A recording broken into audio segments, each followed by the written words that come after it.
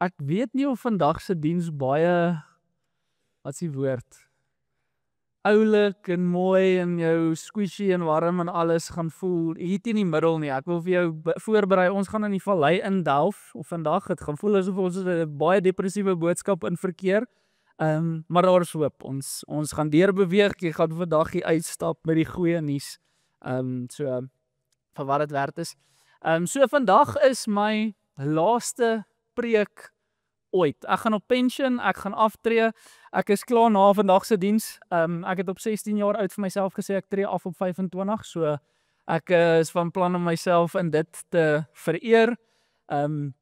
Oggend is eintlik 'n goeie ding, ek het ordentlik gespaar en alles, so as ek nou op pension gaan, Sondag gaan ek 'n volle 3 weke kan lewe en dan moet ek weer plan maak om weer te begin werk. Maar nee, ek dink as mens praat van rus, dan is dit wat by 'n mens half opkom, is die konsep van pensioen of aftrede, dat ek lewe vir 'n tydperk in my lewe waar alles net kan afskaal, waar ek kan 'n tree terugvat, ek kan agteroor sit, ek het nie meer stres en worries soos werk en al hierdie ander goeters nie. En dis waaroor ek vandag wil praat, is hierdie konsep van rus en wat die woord vir ons daaruit sê. Nou, ek doen dit op grond van die feit dat ons besig is met hierdie reeks, maar ek wil vir jou recap wat ons die laaste 2 dienste voor hierdie ene behandel het, waardeur ons gewerk het. En dan gaan dit vinnig doen deur net die titels of die headline van my boodskap, die overarching goal of tema van my boodskap net met jou te deel. Die eerste diens laasweek Sondag was die belofte dat God in die Ou Testament hierdie belofte maak, dat daar is lig op pad, daar is hoop op pad, ten spyte van waar Israel was, die gebrokenheid van die mens, die feit dat keer op keer, maak nie saak wat God gedoen het, hoe hy hulle teruggeroep het, hoe hy vir hulle sy tabernakel, sy teenwoordigheid uit die verbondsark by hulle gehad, al hierdie goeters, ten spyte van dit als, het die mens steeds geval. Het die mens steeds kort gekom van wat die standaard was, en wat God in hierdie periode, hierdie Ou Testament storie vir ons kom wys, is dat ons het iemand nodig. En toe praat ons op Kersdag oor die vervulling van hierdie belofte, dat Christus die lig, die logos en die lewe self is. Dat hy ons bestaansrede is, dat ek en jy geskep is met die doel om God te aanbid, om Jesus te verheerlik, om hom te soek met alles wat binne ons is, want dit is hoekom ek en jy hierso is. En ons het gepraat oor die profesie wat vervul moes geword het, hoe Christus op die scene gekom het en vir ons ongelooflike hoop gebring het. En ek het 'n volle 2 maande terug, het ek so rofweg 'n idee gehad van die uitleg van die dienste wat ek sou doen, hierdie reeks wat ek sou doen. En 2 weke terug, ek is alleen by die kerk gewees, en hierdie gaan nou dalk weird wees, maar met al die ligte af, met alles, stap ek net deur die auditorium en ek is besig om te bid en ek oefen my preek, so ek kom staan hierso met nie 'n enkele persoon hierso, en ek is besig om deur my goed te gaan.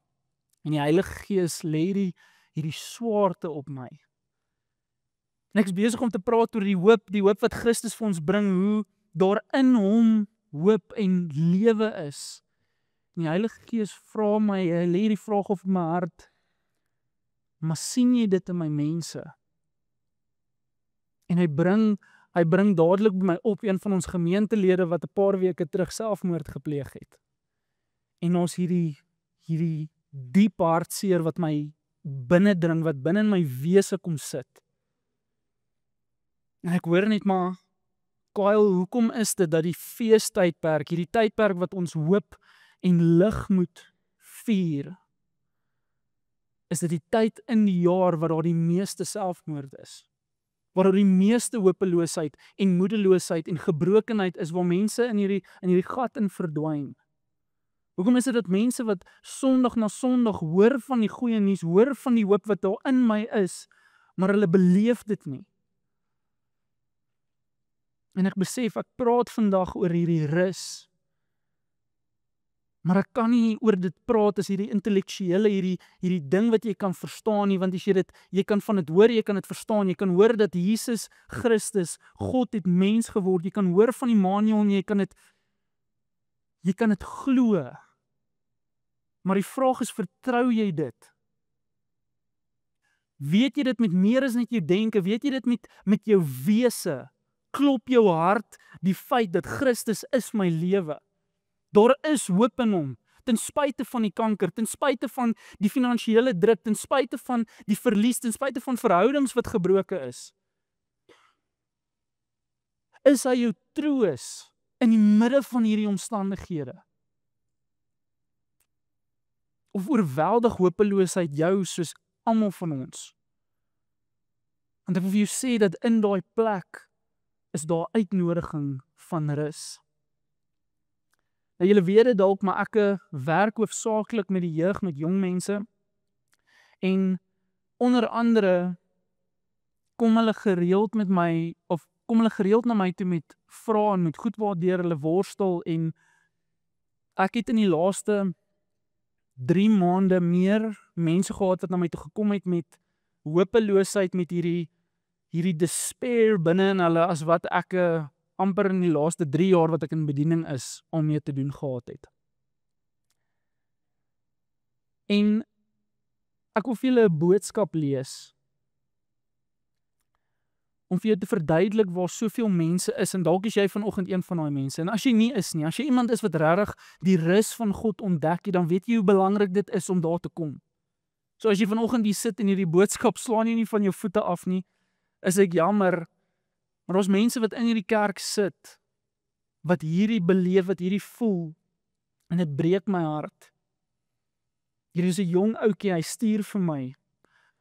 Hoe kan God my lief hê nog na al die kere wat hy my vergewe het, wat hy my teruggeroep het, wat hy my skoon gewas het, net dat ek weer dit wat hy gereinig het kan gaan vuil maak? Hoe kan ek sê ek het hom lief? Hoe kan ek hom verteenwoordig in sy genade aanvaar, in die identiteit loop wat hy my gegee het? Kyle, ek twyfel nie dat hy my lief het nie. Ek twyfel nie dat in sy krag ek kan vrybreek van die sonde nie. Ek twyfel nie dat hy my kan skoon was en my gebruik vir sy glorie nie. Maar hoe kan ek na hom toe kom? Ek probeer eintlik my gevoelens in woorde omsit, maar ek kan nie. En soos wat ek dit tik, besef ek weer dat my ontwaardigheid my nie diskwalifiseer nie, my sonde nie groot of sterk genoeg is om hom weg te hou nie. Maar hoe, Kyle? Hoe tel ek myself op? Hoe vertrou ek dat hy vrede gespreek het en my vergewe het? Een van my beste vriende kom nou die dag na my toe. Volwasse man, en hy huil soos 'n babietjie. Hy sê vir my, Kyle, ek weet in my wese, God het sy rug op my gedraai. En ek wil hom tackle, ek wil hom trip, ek wil iets doen, ek wil hom sê, hoe kom jy by hierdie uit? Hy sê vir my, nee, ek glo regtig die Here het my op 'n stadium lief gehad. Maar nie meer nie. Dis nie moontlik nie, nie na alles wat ek al gedoen het nie, nie na die hoeveelheid mense wat ek al seer gemaak het nie. Ek sê vir hom, hoe kom jy by hierdie konklusie uit? Hoe hoor jy die evangelie, hoe hoor jy die goeie nuus, hoe hoor jy wat Jesus in die kruis vir jou gedoen het, en diskwalifiseer nog steeds jouself? En die realiteit is, dat hy en so baie ander mense sit selfs in die kerk, maar hulle mis hierdie rus wat God ons beloof, ons in Christus kry. Ek gaan jou vra om vir my oop te maak by Hebreërs 4.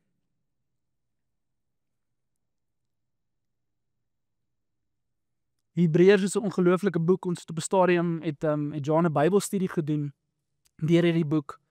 En as jy die Bybelstudie gevolg het, sal jy weet dat dit gaan ongelooflik, jy moet verstaan, die skrywer skryf aan die Hebreërs, aan die Joodse Christene wat die wet en wat die Jode geglo het, volhou het tot en met die punt waar hulle hoop en hulle vertroue in Christus sit. En dan verduidelik hy verduidelik wat Christus kom doen het. Hy verduidelik wat gebeur wanneer ons vertroue en ons geloof in Christus het. Hy verduidelik hoe die wet en die offersisteem en alle ander goeders 'n fraksie was van wat Christus in sy volheid vir ons sou kom doen het. En is hier in hoofstuk 4 wat hy kom praat oor hierdie rus. Nou voordat ek lees, ons het in ons opbou in ons eerste diens het ons gepraat oor die naam van nood Joshua. Hoe Joshua sy Hebreëse naam Yeshua of Jehoshua is en hoe dit Jesus se eintlike Hebreëse naam is, die Grieks is sy naam Jesus, maar hoe hulle naamvennote is. En hoe daai naam beteken God is salvation. Die God is redding. Of die Here ons redding. En ons praat oor hoe Joshua hierdie beeld van Christus is, hierdie tipe van Christus is, want hy vat die volk van Israel in die beloofde land in. En dis waaroor die skrywer in hoofstuk 4 hierso praat. God se belofte dat ons sy rus kan binnegaan, staan nog steeds. Daarom moet ons oppas dat dit nie dalk blyk dat een van julle langs die pad agtergebly het nie. Want hierdie blye boodskap van 'n plek van rus het ons ook ontvang, net soos hulle, en hy praat hier van die Israeliete. Dit het hulle egter niks gebaat nie, omdat hulle die boodskap wat hulle gehoor het nie geglo het nie. Want net as ons glo, kan ons die rus binnegaan. Ten opsigte van hulle wat nie geglo het nie, het God egter gesê, daarom het ek in my toorn met 'n eed soos volg verklaar, hulle sal nooit my land van rus binnegaan nie. Dit is ten spyte van die feit dat God se rusplek alreeds gereed staan van die skepping van die wêreld af. Ons weet dit is so, want die skrif sê ergens van die 7de dag en God het op die 7de dag gerus van alles wat hy gemaak het. In die ander gedeelte sê hy weer, hulle sal nooit my land van rus binnegaan nie. En wat hy hiervan praat, is in daai woestyn tydperk, in daai tydperk het jy Moses wat in Exodus, dan vat hy die Israeliete uit Egipte uit en hy bring hulle in die woestyn in. En terwyl hulle in die woestyn is, God het hulle nou net uit hulle omstandighede, uit slawerny, uit hierdie beeld van dood en verbondskap uitgebring. En hulle verlang na die vleispotte van Egipte. Hulle is in hierdie vryheid en hulle is fisies vry, maar verstandelik is hulle nog vasgevang in Egipte. Verstandelik is hulle nog vasgevang in die sekuriteit wat hulle gekry het in dit wat was. En God sê vir daai generasie, julle sal almal sterf. Julle sal nie die beloofde land ingaan nie. En 'n trip wat hulle 4 dae moes vat hulle 40 jaar. En elke laaste een van daai generasie, elke een wat hierson nog vasgevang was in Egipte, gaan nie die beloofde land binne nie.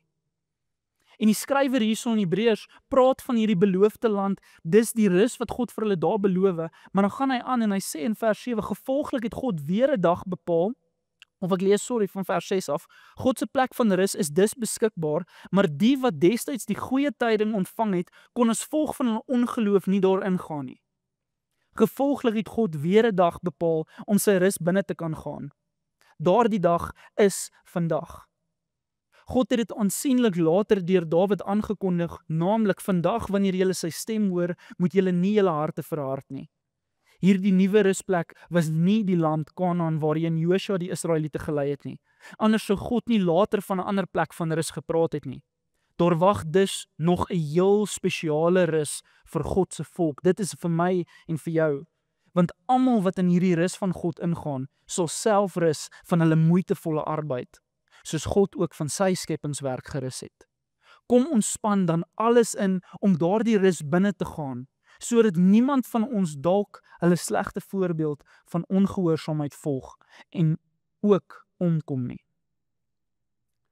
En hy praat van hierdie vryheid, hierdie rus. En terwyl ek besig is om te bid, terwyl ek besig is om hierdie boodskap voor te berei, beleef ek net hoe die Heilige Gees op my hart kom lê. Kyle, my mense verlang na die vleispotte in Egipte van hulle eie geregtigheid te verwerk. My mense verlang na dit wat hulle gevoel het, hulle 'n werk in kon doen. Daar waar hulle aandeel kon gehad het, daar waar hulle iets beteken het vir hulle eie geregtigheid en vir hulle eie redding.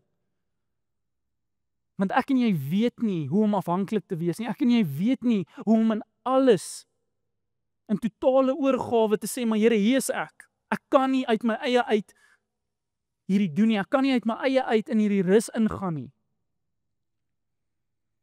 Maar ons doen dit nie. Ons hoor die goeie nuus. Ons hoor dat Christus op 'n kruis gesterf het, dat hy uitmekaar uit gemartel is vir my en vir jou, dat die bloed gestort het, dat hy 3 dae later weer uit die dood uit opgewek het, sodat ek en jy dieselfde gees wat hom uit die dood uit opgewek het, binne in ons kan hê.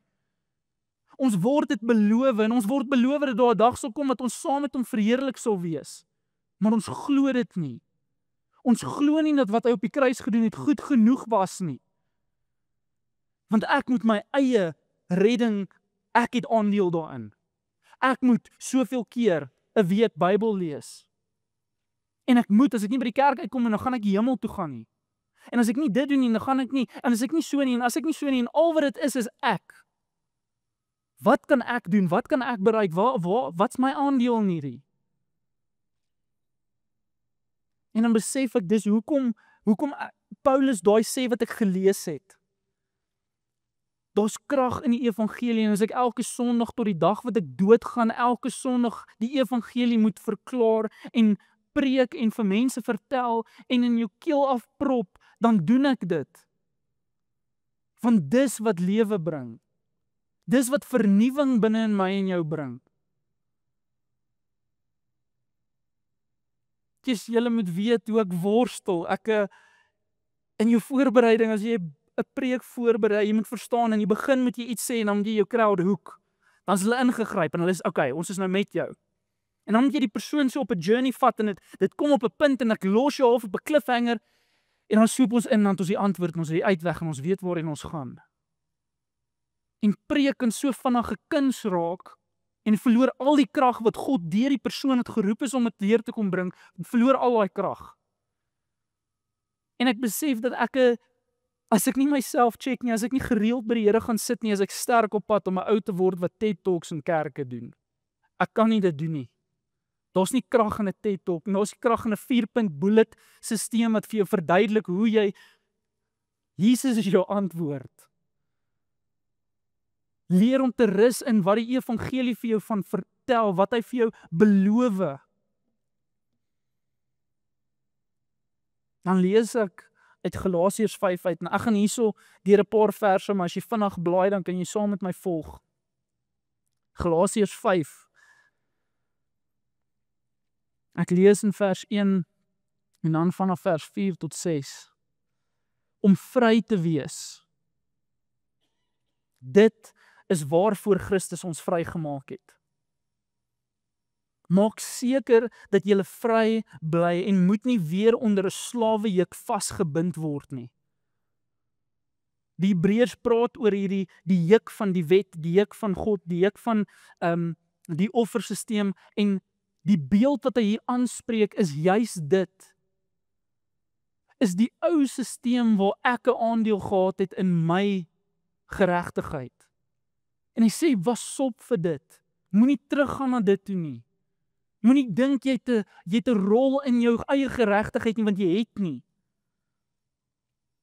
En daai konsep van vrygespreek word, die vryheid wat ons in beweeg, dit wat Israel beleef het toe hulle in die beloofde land ingegaan het, praat hy weer hiervan, maar dan kom ons in vers 4 en sê hy, julle wat deur God vrygespreek wil word, deur die wet te onderhou, het julle van Christus losgemaak. Julle het God se genade verbeur. Wat ons betref, die Gees laat ons uitsien na dit waarop ons hoop. Vryspraak deurdat ons glo. As jy vandag hierso sit en jy twyfel, ek weet nie of ek hemel toe gaan nie, Kyle. Ek weet nie of ek goed genoeg is nie. Ek sê dit een keer vir een van my goeie vriende.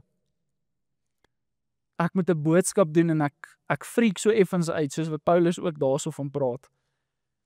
En ek sê vir hom, "Jesus ou, ek weet nie of ek goed genoeg is om hierdie boodskap te doen nie." Hy sê vir my, "Moenie worry nie, jy is nie goed genoeg nie." Hy sê vir my, "Jy is nie goed genoeg nie." En in my krisis wat ek beleef, kom vat hy my nog laer. En hy sê vir my, "Maar weet jy wat, die Here kan 'n reguit hou met 'n kromstok slaan." When we are weak, then we are strong. Want dan kan ek nie bieg, kan ek nie eer vind in wat ek bring nie, in my aandeel nie. Maar sy woord, die goeie nuus is wat vrymaak. Dan gaan hy aan en sê vir mense wat met Christus verenig is dit nie belangrik of jy besny is of nie besny is nie. Wat egter wel belangrik is geloof wat deur liefde dade word. En wat hy hier sê is belangrik, want ek dink dis hierso waar daai lyn kom, maar is ek gered, is ek nie gered nie, gaan ek hemel toe, gaan ek nie hemel toe nie, en daai is ander goed. Die vraag is, glo jy in Christus, glo jy in wat hy gedoen het, glo jy in wat hy deur jou nou kan kom doen? Because daai geloof, saving faith leads to good works. Dit bedoel nie ek word môreoggend wakker en ek is Moeder Teresa en ek gee al wat ek het weg en ek begin vir mense te bid en ek flout eintlik want ek is so heilig nie. Dis nie wat gebeur wanneer ek glo nie. Maar wanneer ek glo in Christus en ek nooi die Gees in my lewe in, dan begin hy deur my te werk en my dade begin daarvan te spreek. Hoe ek vandag lyk, compare nie met hoe ek oor 10 jaar lyk nie. Maar dit vat, en ek het hierdie voorheen gesê, toe ek gepraat het oor die teenwoordigheid, sekere maand en a half terug, toe praat ek oor die konsep van 'n hartsposisie. Jy kan Sondag na Sondag kerk toe kom. Jy kan jou Bybel lees, jy kan al hierdie goed doen, maar as jy nie op 'n plek kom waar jy 'n hartsposisie het, waar jy sê, maar Here, ek kan nie hierdie op my eie doen nie. Ek het U nodig. As jy op daai plek kan kom, daai diep desperaatheid kan kom, dan kom die Heilige Gees en hy verander jou lewe totaal na. Dan kan jy nie aanhou in sonde lewe nie. Jy kan sukkel daarmee en dis die ding wat soveel mense, that trips them up, is die feit dat maar ek het nou gesê ek kies Jesus, ek glo nou in hom, maar ek sondig nog steeds, so dis evidence van die feit dat nee. Die feit dat jy ween, dat jy gebroken is oor jou sonde, die feit dat elke keer wat jy dit doen, voel jy hoe draai jou hart, daai is evidence van die feit dat die Gees van God binne in jou is. Wat wel evidence ook is, van die feit dat jy self op jou eie krag staat maak, is die hopeloosheid wat na dit volg. Want as my hoop in myself is, gaan ek disappointed wees.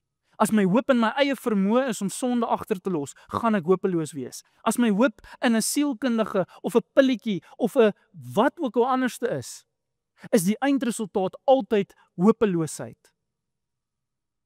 Maar as my hoop in Christus is, as my hoop in die krag van die Almagtige is, dan het my hoop geen einde nie. Dan is daar altyd hoop, want hy is onveranderd.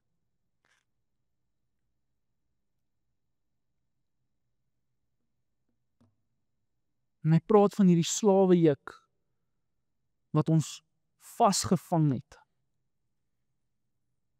En dan Jesus in Matteus 11 vers 28, dan bring hy een van die mooiste uitnodigings vir elke liewe een van ons wat sal glo in hom.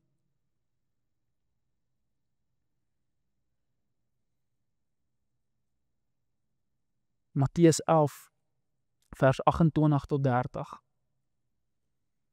Kom na my toe, almal wat vermoeid en belas is, en ek sal julle rus gee.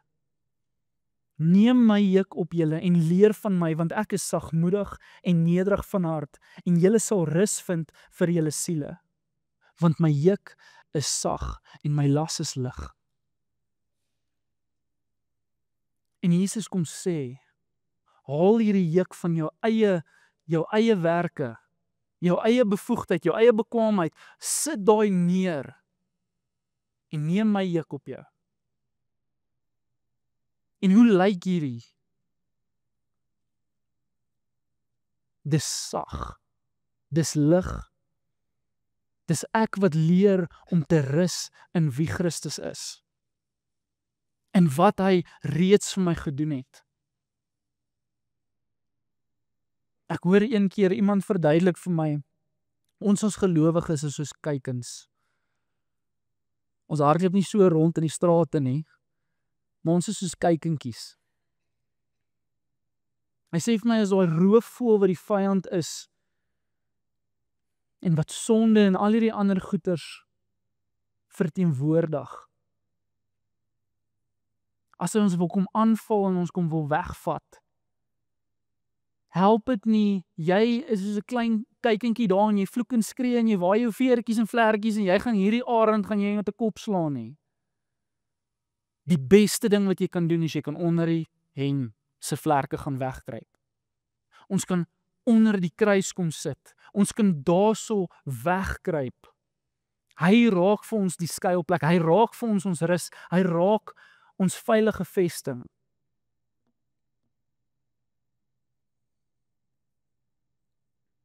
Ek het vir julle gesê ek lees baie. Filippense 3. Paulus skryf hierdie brief vanuit die tronk uit. En hy praat voor hierdie stuk wat ek nou gaan lees oor die wetsgehoorsaamheid. Dat hy onberispelik was in wetsgehoorsaamheid. En hy praat oor die feit dat daarin het hy sy geregtigheid bevind. Om besny te wees op die 8de dag, om wetsgehoorsaamheid te beoefen, om al hierdie dinge te doen. En dan kom hy in vers 7, Filippense 3 vers 7. Alhoewel ek hierdie menslike dinge eers as 'n wins beskou het, beskou ek dit ter wille van Christus nou as 'n verlies. Ja, om Christus Jesus my Here te ken, is so wonderlik dat ek alle ander dinge as 'n verlies beskou. Ter wille van hom het ek alles as verlies afgeskryf. Ek beskou dit as gemors, sodat ek Christus as wins kan verkry en een met hom kan wees. Ek probeer nie langer my saak met God regstel deur die wet te gehoorsaam nie, maar deur in Christus te glo. Deur die geloof stel God ons saak met hom reg. Op hierdie manier kan ek Christus ken en die krag beleef wat hom laat opstaan. Deur saam met hom te ly, kry ek deel aan sy dood, in die hoop dat ek die opstanding uit die dood kan beleef. En hy trek hierdie vir ons deur. Hy verduidelik dat ons in Christus is daar hierdie rus en hierdie vrede. En Jesus sê vir ons in Johannes 14, hierdie einste ding in vers 27. Ek laat vir julle vrede na. My vrede deel ek met julle. Ek gee nie soos die wêreld gee nie. Julle moenie ontsteld of beangs word nie. En die laaste stuk wat ek lees is Efesiërs 3. En as hierdie iets is wat jou hart roer, as daar 'n swaarte is in jou, want jy voel dalk soos hierdie persoon, jy voel dalk asof jy worstel en jy voel moedeloos en jy voel hopeloos en jy weet nie of as jy nog steeds sukkel om hierdie boodskap van die evangelie in jou hart vas te maak, dan nooi ek jou uit om deur die boek van Efesiërs te gaan lees. Maar in Efesiërs 3 vanaf vers 18 lees ek die volgende. Mag julle in staat wees om saam met my al God se mense te begryp hoe breed en lank en hoe hoog en diep sy liefde is. Dan sal julle Christus se liefde wat alle verstand te bowe gaan beleef. Mag julle heeltemal met die volheid van God vervul word. Hy moet geprys word, hy wat mag het om deur die krag wat in ons werk, in my en jou werk,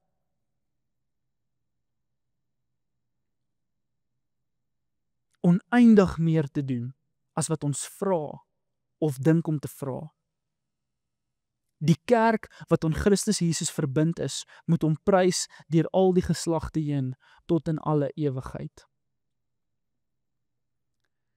En dis waar ek my reeks afeindig, is die rus.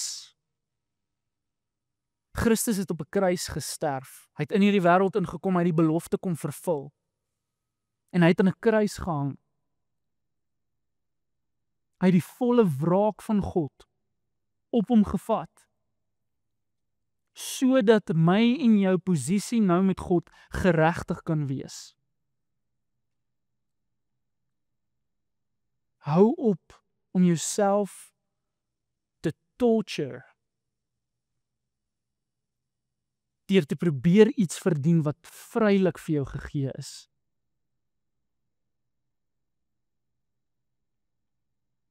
Hy het jou in jou sonde liefgehad en vir jou gesterf. Hy het nie gesê, sort jouself uit, dan sal ek vir jou sterf nie. Hy het ten spyte van al jou tekortkominge, van elke sonde, elke gedagte, elke probleem wat jy nog ooit beleef het en nog sal beleef, het hy gesê, ek kies jou.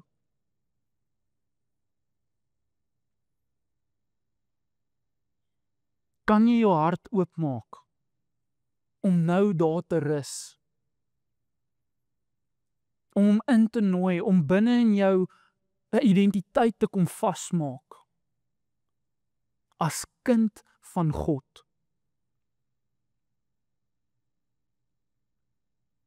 Dis al wat jy hoef te doen.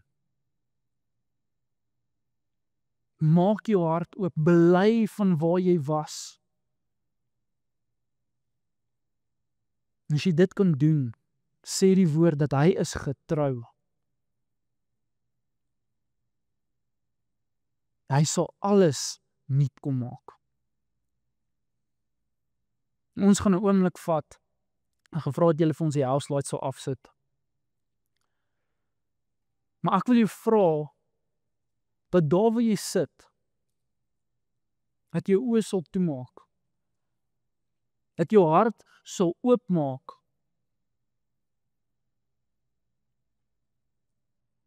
Dat jy na 'n plek toe sal kom waar jy besef dat jy is nie goed genoeg nie. Daai is deel van die evangelie. Die rede hoekom die evangelie is want daar is slegte nuus. En die slegte nuus is dat jy is nie goed genoeg nie. Maar die goeie nuus is dat Jesus was. En hy het die perfekte offer vir my en vir jou geword. Laat jouself toe om daai rus vanoggend in te gaan. En dit is my so gepas, dis die laaste boodskap van die jaar. Maar mag jy 2026 uitgerus en inrus in hierdie jaar ingaan. Want dis wat vir elkeen van ons beskikbaar is.